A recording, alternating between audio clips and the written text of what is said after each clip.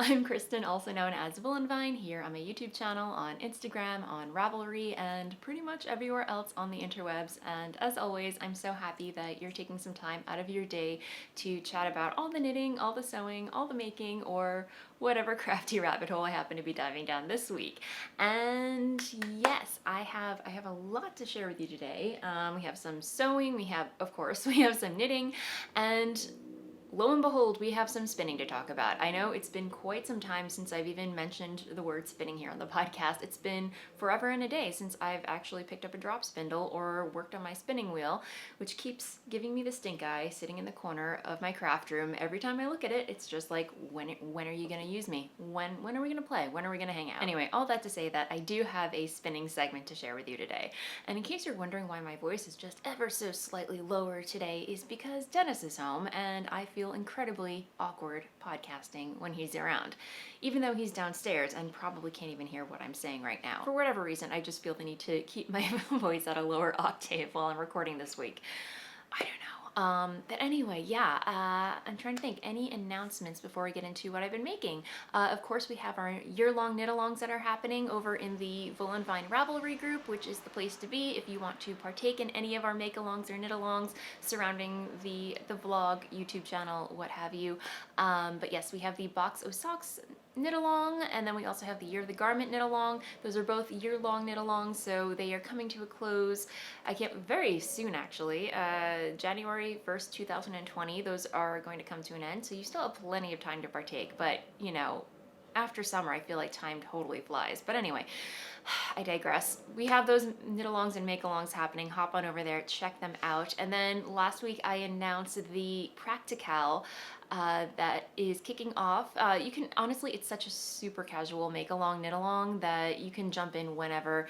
Whips are completely welcome, but yeah, the Practical is a make-along. You can knit, you can sew, you can weave, whatever your fancy. The idea is to make anything that is practical for your wardrobe, something that you're going to gravitate towards and want to wear every day because it goes with a lot of things in your wardrobe and the like. The whole reason for me wanting to do this make along is because I tend to gravitate towards things that I usually don't want to wear every day, that in my mind they seem like a great idea. Things with intricate cables, lace, color work, stuff that's really beautiful, really fun to make, but at the end of the day, I don't end up wearing them every day.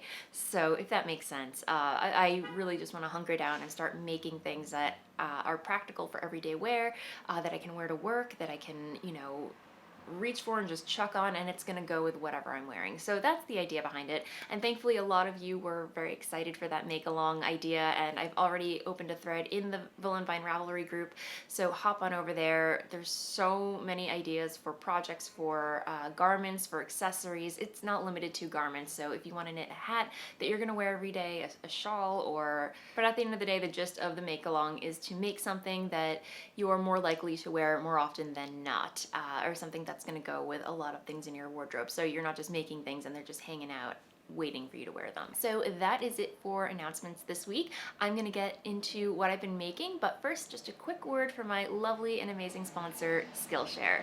Skillshare is an online learning community with thousands of classes in design, business, tech, and more, even sewing and the fiber arts. I love learning new things when it comes to knitting, sewing, photography, or whatever crafty rabbit hole I happen to be diving down. And because I know you love learning new things too, I partnered up with Skillshare and they are offering my viewers 2 months free to try their platform. So give Skillshare a go and learn something new. Just click on the link in the description box below, entering the code at checkout, and enjoy. And thanks, Skillshare. And welcome back. Okay, first up, actually the only knitting that I have to share with you on the podcast this week, because I've been so monogamous with it, is my Mazzy cardigan by Elizabeth Smith. And as you can see, I've made quite a lot of progress on it since I shared it with you last week.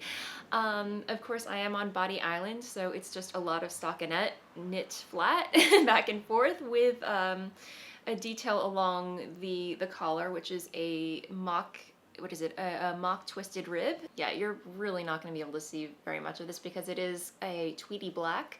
The yarn is actually Brooklyn Tweed Shelter in their cast iron colorway. I believe that's correct.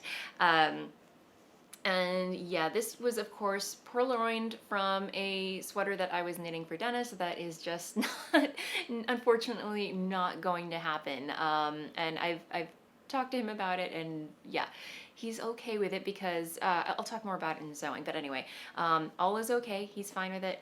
And well, of course he wanted the sweater, but, I think I found a solution to that problem. This is my first contribution to the Practical, because, yeah, this is going to be something that I gravitate towards every day. It's just a simple long black cardigan with pockets, and that is something that my wardrobe, my handmade wardrobe, is seriously lacking. So I think that's one of the reasons why I've been completely monogamous with this, is because I want the finished product. But at the same time, the process of knitting it has just been so relaxing and easy and intuitive. So I'm really, really enjoying it. So if you are in the market for a simple, basic cardigan with some, like even the collar itself is just, it adds just like that little punch of detail that a simple cardigan might be lacking. I don't know if that makes sense. But anyway, really, really enjoying it. I am using US size 7 needles as the pattern calls for. I did swatch, or again, Dennis's sweater was the swatch, so I didn't have to sit there knitting a little square. I had this full, like, ginormous swatch to go off of. So yeah, the pattern again calls for US size 7 needles, which I believe is a 4.5 millimeter needle.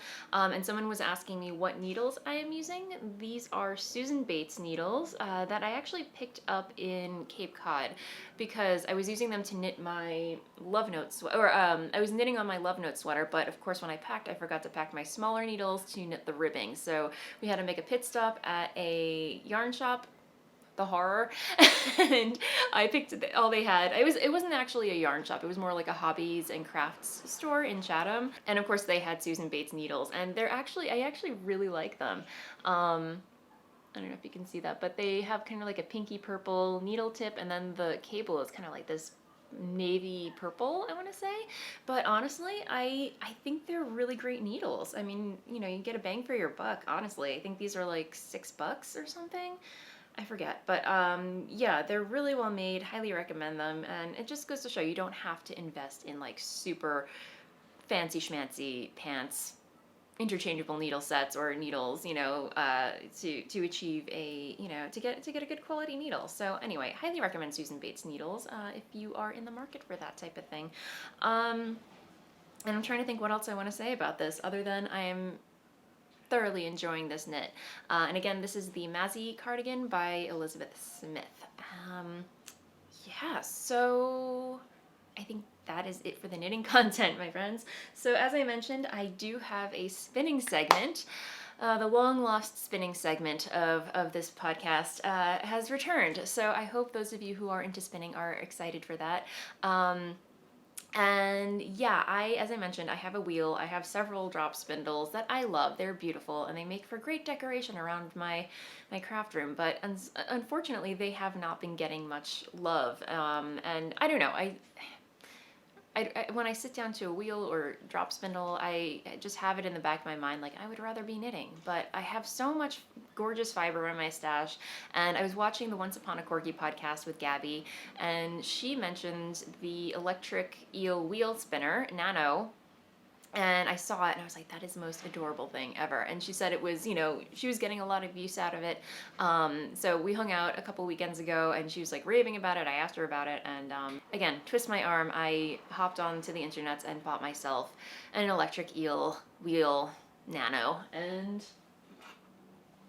here she is. So, and actually, I think a lot of people, I've been seeing on my Instagram feed, a lot of people have been hopping on this bandwagon. Pretty much people have it right now. So it's been fun to see like everyone getting used to it and talking about it. And I have, like, full disclosure, I am not endorsed by this. I took an interest in it, I purchased it, and I actually stinking love this thing. It is awesome. And I love how lightweight it is. It's portable. My first concern was, how am I going to get this to just kind of sit on top of my table while I spin it, because it is super light, and I was worried that, while I was drafting, it would just kind of fall off, it wouldn't be heavy enough to like stay stable on my desktop, if that makes sense. But I actually have a rug mug underneath, or you know, just any, I feel like any towel or something that you could put underneath it stabilizes it. You can even get a clamp and clamp it to your tabletop, or it actually has, I don't know if you can see that. Well, these are the innards of it, in case you're curious, but it has like these little notches right here. So, you know, if you really love working with it, you can actually screw it into your tabletop and it stays. So what else do I want to say about it? But yeah, I really, really love, you know, the way it works. It is a little bit of a learning curve when you're just trying, you know, when I was taking it through its paces and trying to get used to it. The take up, it was a little bit tricky, but they actually have, I'll link to it in the show notes below, but they actually do have a tutorial on how to get started spinning on it. And the trick is you have to tape the leader to the bobbin to just kind of get it to stick. Otherwise it's just going to slip and slide and your uptake is going to, you know, not happen. So yeah, putting a little piece of tape on there, like washi tape or Scotch tape, will secure your leader and your uptake should be fine. And then it has the tension band right here. Let me see. Yeah, so this comes out, it's just a, I will say this part is a little flimsy, but it is stable. It's just a little piece of elastic that you slip into a notch. And I noticed the more your bobbin fills up, the more you have to loosen up that tension. And I am by no means a technical spinner. I spin for fun, for relaxation. So I do, what is it, the forward, backward, long draw. My terminology about spinning is dearly lacking. So for those who are more seasoned spinners will know what I'm talking about. And you know, I sit down at the wheel and I just go. Here is my first bobbin. So I am actually spinning up some batlings from Hobbledehoy, who is a really awesome fiber artist. She sells on Etsy. I'll link to her in the show notes. And yeah, I love everything she does. She's just so talented when it comes to colors and fiber. And yeah, so these were just kind of burning a hole in my stash for a while. But yeah, here you can see, I just love the way this is spinning up. So the pack came with about 6 of these, or 8, I want to say. And then I don't know, I drop spindled a couple of these and then I don't know what happened. I think the other little mini skeins are in my stash somewhere. I have to find them, but yeah, it's just really, really beautiful the way these colors play together. So yeah, I had 6 left over, so three of these went on here, and then I'm just spinning up the leftover 3 on the next bobbin. But let me see, these were part of her memoir collection, and I love how she puts all of her information on these library cards. So this is part of her literary fiber collection, and it was called Memoir, and it was 2 ounces altogether in the bats, in the battling set that I got. And let me see, it's super fine superwash merino and silk. So really, really lovely stuff. So far, I mean, I've played around with it for about a good week now, since I think it arrived in the mail on Monday. So I've been pretty much spinning on it every single night, and last night I believe I was spinning on it for a good like 2 to 3 hours. Who knew? So the one downside to it is that the motor overheats. So when the motor overheats, it just stops spinning altogether and you have to let it cool down. So that was the only negative side so far that I've experienced with it. But you know, when that happens, it's like probably a good idea to get up and walk around and stretch. So, you know, yeah, I did notice when I got up, I was like, wow, I've been sitting down for 3 hours, Kristen. You should take a walk and stretch and, you know, take a break. So anyway, I like how it has that built-in, you know, little nudge of, you know, get up and do something for a little bit. But yeah, other than that, so far I've just really been enjoying it. Again, it's a little bit of a learning curve, a little bit of muscle memory that it takes, you know, getting used to, and but otherwise I really, really love it. So you know, I'm sure there are other reviews out there right now, some other makers in the knitting fiber community that are playing with it and will give their opinion on it, but that is my review of the Electric Eel Nano. So by, I think, Dreaming Robots, I think that's the company name. So anyway, all the information below. So yay, spinning, spinning, spinning. Hopefully I will have some more spinning on the podcast in upcoming episodes, but right now just having a lot of fun with that. That said, I am going to move along to sewing. Once again, I am wearing something handmade that you can't see on screen because yes, it is another skirt. So I think what my handmade wardrobe is at this point seriously lacking are tops. So and dresses. This summer I feel like I've made quite a lot of skirts. So I think it's time for me to switch gears and make some more tops. Let's make some more tops this fall, Kristen, shall we? Yes, let's shall. But anyway, let me stand up so you can see what I'm wearing. Yeah, you're not going to be able to see much of this, but this is the full circle skirt by Sew Over at London. Just a very, very simple, basic, easy to whip up circle skirt. It has a waistband, and then in the back, it just has like a little clasp right there and a zipper. So yeah, it's honestly, it's a super simple pattern, but I think what really jazzes it up is the fabric. And this fabric is fabric that I picked up from Mood Fabrics several weeks ago. And yeah, it's actually, let me see, it's this sheer kind of burnout fabric by Anna Sui, who's one of my favorite fashion designers. And I believe it's silk. So this was a total learning curve for me, working with shears and silk and fussy fabric, and I think the key to, like, you know, learning how to work with this type of fabric is to choose a very, very simple pattern and take it slow. But yeah, I actually executed a baby rolled hem, which took me forever. But yeah, if you've ever made a full circle skirt, you know that hemline is just infinite. It keeps going and going and going. So yeah, if I think by the end of making the skirt, I had the baby rolled hem down pat. Although again, this isn't perfect. So it's not perfect. There are some mess ups, like right here. That is not perfect, but you know, on the other side, on the right side, you can't even tell. And then I did line it with some fabric that I got from fabric.com. This was actually on sale, but it's like a cotton, silk blend. It just made for like a really nice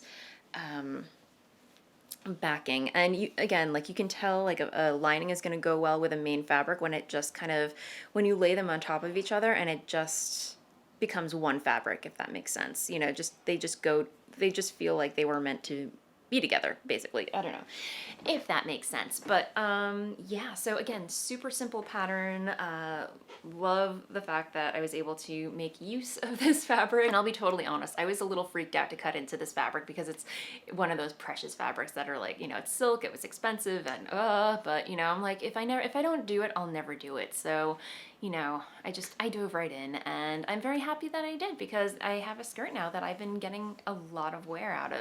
And yeah, I actually haven't photographed it yet. I haven't put it up on Instagram, so this is the first time it is making an appearance on the social networks. The social media, what have you. So, but yeah, I highly recommend the pattern. Very easy for beginners. But yeah, the hem is just no picnic. It's a little bit of a beast to get through, but I think if you can survive the hem, you can survive any hem. So those are my little pearls of wisdom for you. But I'm trying to think what else I want to say about it. Yeah, it's a great skirt. I love it, and it will get plenty of wear. It's a great transitional piece too. I think I can just chuck it over leggings, wear some boots with it, and Bob's your uncle. All right, so as I mentioned, Dennis is not getting a hand knit sweater from me in the near future, unfortunately. But as I mentioned, I did make it up to him. I did sew him a hoodie this past weekend. I will try it on. I'll try it on so you guys can see. But yeah, it's a simple, basic black hoodie. The fabric is from fabric.com. It's a sweatshirt material. Yeah, it's sweatshirt, 100% organic cotton. Love it. It's super soft, super breathable, and it's huge on me. So, and this drawstring is temporary. I actually have to invest in some quality drawstring that I'm going to get from Amazon. I got these from the dollar store around the corner for me, so they're there.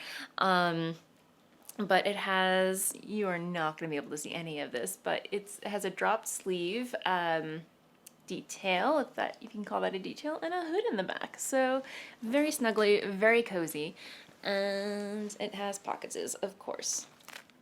Yeah, you're not going to be able to see any of this because yeah, it's a ginormous black blob, but if I can get some photos, I will insert them here. But yeah, this is a pattern by Wardrobe by Me. I've actually never made any of her patterns before. Wait, I lied. I think I did make a pair of underwear for him at one point, but underwear never work out for me. I don't know what it is, but I don't know if you guys were watching Tommy from Squirrel Pie Productions, but she actually attempted to make a pair of underwear. They are really tricky. They do require a lot of practice working with elastics, zigzag stitches. But anyway, all that to say that I did make a pair of underwear for him in the past, and they just turned out horrible, ill-fitting, and just, yeah, a little wonky. But the hoodie, I feel like, turned out great.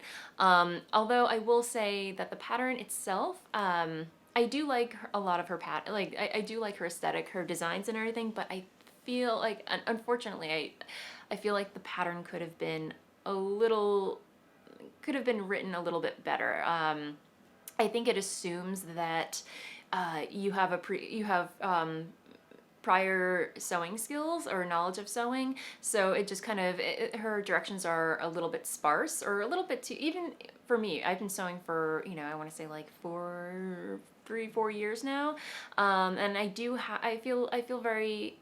like I'm intermediate when it comes to sewing. I still have a lot to learn. I don't consider myself an expert by any means, but I feel like she could have just been a little bit more elaborate in her directions, especially to like how to finish seams. There was no mention of any finishing, so I kind of had to take it upon myself to be like, okay, well these raw edges in here, like the facing on the inside, I took it upon myself to serge those to make them cleaner lines. Otherwise, they would have just been raw edges.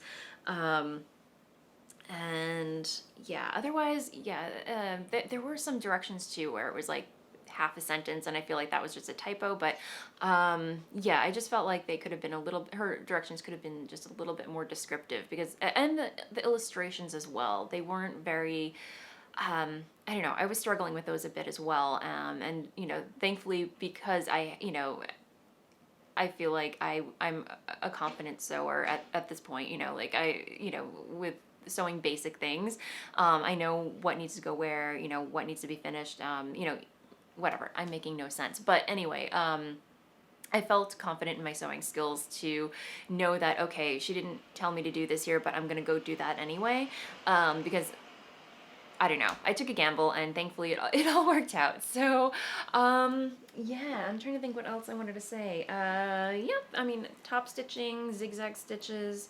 One thing I didn't really like, which, you know, there are a couple of blunders in here that I don't even think are worth pointing out, but she had, I followed the directions to a T when it came to stay stitching. And I'm still like on the fence about like how to do stay stitching precisely, but I did do a zigzag stitch because it is jersey fabric, and when you're working with jersey fabric, you want to have a stretch stitch or, you know, a zigzag stitch. So I did the zigzag stitch, but then because the stay stitching was 3/8 of an inch away from the raw edge, and the seam allowance was 1/4 inch, the stay stitching is still visible on, you know, like after you sew on the hood and everything. And if you've ever worked with zigzag stitch before, you know what a pain in the ass it is to unpick. So I think that that's just gonna stay there. And I don't, because there's a hood on the back of it, I think that it'll just be concealed completely. And then the other thing was I put some, she has you put, the directions say to put a buttonhole, but I wanted to be fancy, so I added grommets.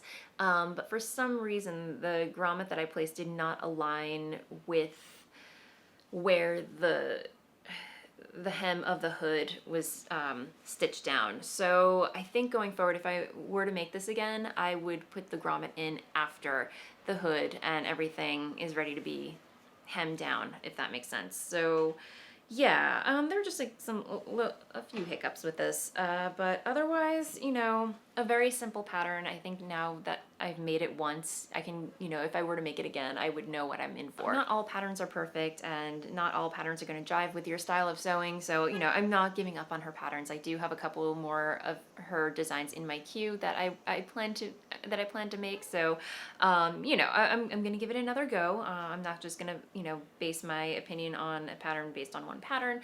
So yeah, that is all that I've been working on as far as sewing goes. I don't know if you guys listen to the Love to Sew podcast, but they just did an episode, very timely for the Practical, because they just did an episode on creating your dream wardrobe. So I love that idea. It was, again, I thought it was very timely, and they actually created a worksheet. Caroline and Helen, they created a worksheet for kind of assessing your wardrobe and figuring out what your style and aesthetic and colors that you're drawn to. So I love a good wardrobe assessment. So you know, I finished work early one day and I decided, you know what, I'm going to assess my wardrobe again. So, you know, I printed out the worksheet, I followed everything, and you know, I pulled everything out of my wardrobe, picked out all the things that I wear a lot, my favorite garments, my favorite outfits, and went from there. And honestly, I do have my dream wardrobe at the end of the day. I do have it. It's just, I realize I need more of what I already have, because they're getting lots of love and they're not holding up, because a lot of them are store-bought. So I just have to find more of those silhouettes and make them, carve out some time and actually make them. Sounds easier than it actually is, but anyway. So anyway, if that's something that you're into, definitely check it out. I will link to the episode below. It was a lot of fun just pulling everything out and seeing what it is I do gravitate towards and get a lot of use out of, and then actually making a Pinterest board. So that was a lot of fun too. So I went through all of, you know, I do have a sewing a Pinterest board where I just gathered or curated all these patterns that I eventually want to make. So it was great just, you know, having a my style Pinterest board and then having the patterns that I want to make, and just kind of weeding out the patterns that make more sense for my day-to-day wardrobe. So yeah, if you wanna take a peek at that, again, I will link to that in the description box below, along with everything else that I mentioned in the podcast. So yeah, I had a lot of fun with that, and yeah, so you can see what's coming up on my to make list. Have a look at that. Hopefully that'll be inspiring for if you're participating in the Practimal. I'm gonna call it just the Practical, just because it rolls off the tongue easier and it has a ring to it. But it by no means is not just a knit along. It's a sew along, it's a make along, it's a knit along, it's a weave along, whatever you fancy. The other thing that I want to talk about is the Brumby SAL, or the Brumby Sew Along, a kind of video vlog series that I'm doing on my channel, where I take you through the steps of making the Brumby skirt, a wonderful sewing pattern by Megan Nielsen. And so far you guys have just been really enjoying it, so that makes me so happy. And even finding it really helpful. I'm still in the process of editing video 3, so fret not, that is coming. I've just it's been a little challenging finding time to sit down and edit that, because it is a lot of content that I have to go through. So thank you so much in advance for your patience as I put that together. But there's gonna be one more video of me finishing up installing the zipper, and just, yeah, putting the whole thing together. And you know, we'll have 3 videos for the sew along. But you know, keep your questions coming. If you run into any walls when it comes to sewing, I'm more than happy to answer your questions. But yeah, feel free to use the tag. I keep forgetting to mention, there is a tag for it. So if you want to tag your progress on Instagram, definitely feel free to, you know, utilize that. But yeah, so far so good. I'm trying to think what else I want to say about the sew along. It's not turning out the way I anticipated it to. I wanted it to I had like these grand plans for it to be very I don't know, very tutorial, like very put together and everything, but at the end of the day, it just kind of turned into more of a vlog format. So I just went with it, and so far you have been okay with it. So that makes that I feel so much better about that now. Again, the third part is coming out very soon. If not this weekend, it's definitely coming out on Monday. So be on the lookout for that. I think that is it for this week, guys. That is the show. So I am going to move along to the Blather segment where I chat about what's been happening in my life, should you care to stick around. But first, just a little update on my shop update. So yeah, if you are just tuning in, I am the hand dyer behind Voolenvine Yarns. I dye yarn here in Brooklyn, and I have a dye studio in my basement. I feel like I forget to mention that every episode. So, but yeah, if you are new, that's my jam. That's what I do. So yeah, and I am having a shop update this Saturday. So I'm mixing things up a bit. It's been a while since I had an international friendly update. So normally my updates are on Fridays in the evening here on the East Coast, but just to mix things up for people who can't normally make my shop updates because they live in another part of the world and time zones and all that good stuff. So this week I am having an update on Saturday at 10 a.m. Eastern time over on my website, voolenvineyarns.com. And as always, you can find out what colorways and bases will be in each update by signing up for my newsletter that I send out every week, usually on Thursdays. So hop on over to my website and click on the newsletter link and subscribe. And I'm trying to incorporate some more fun stuff so it's not just, here's what's going to be in the shop update. I definitely share what you guys have been making with my yarn using hashtag VoolenvineYarn. So again, I love seeing what you guys make. So definitely use that hashtag if you knit something with my yarn. And yeah, if there's anything else that you want me to chat about in my newsletters that you think would make it more exciting to receive in your inbox, let me know in the comments below, and all that good stuff. So yeah, okay, that said, I'm gonna move along to Blather. All right, so life stuff. I'm trying to think. Yeah, no, just trying to catch up with work since getting back from vacation. I definitely plan on doing some sewing for myself this weekend. It's the holiday weekend here in the US, so it's Labor Day weekend. Cannot believe it.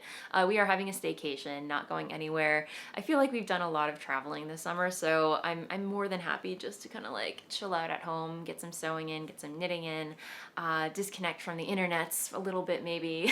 I don't know. But otherwise, we've been watching Stranger Things season 3, which was a lot of fun. Not my favorite season, but still, I love that show. It's just so entertaining. And then I think Dennis had to work late one night, so I ended up watching Mary, Queen of Scots with Margot, Margot Robbie, and I can never pronounce her name, but yeah, that was like the story of Mary, Queen of Scots. And oh my gosh, you guys. All right, historical accuracy might as well go right out the window, but as far as just, the scenery and the costumes and the music, oh, it's just so good. It's so good, guys. Yeah, I enjoyed it for that aspect of it. So if you are into that type of thing, definitely check it out. And I really, really did enjoy Margot Robbie's portrayal of Queen Elizabeth I. I thought she was brilliant. She definitely showed like a more vulnerable side of herself, of the queen, whereas, I don't know, I can't describe it. It was comical, but at the same time, it's like, yeah, anyway, you have to see it. But I actually enjoyed her portrayal of the queen compared to Elizabeth with Kate Blanchett. So yeah, two totally different portrayals, but I really just enjoyed Margot Robbie's version of her. Anyway, check it out. I thought it was a fun, beautiful movie. So again, it's not historically accurate. I think the main inaccuracy was having Mary, Queen of Scots and Queen Elizabeth meet, but it was done in such a way where it was like, first of all, they've never met in person, but they took a what if approach, I want to say. So it was kind of like, did they meet? Did they not meet? And just the way that they filmed it was it definitely had that what if quality to it. Like, did it happen? Did it not happen? But anyway, just a really beautiful, well done movie. Definitely check it out. If anything, just for the costumes and the scenery and Edinburgh. All right, so I'm gonna end things there. I feel like I've been rambling on for quite some time. So thank you as always for hanging out with me. If you enjoy this episode, please feel free to like and subscribe. I put out an episode every Friday.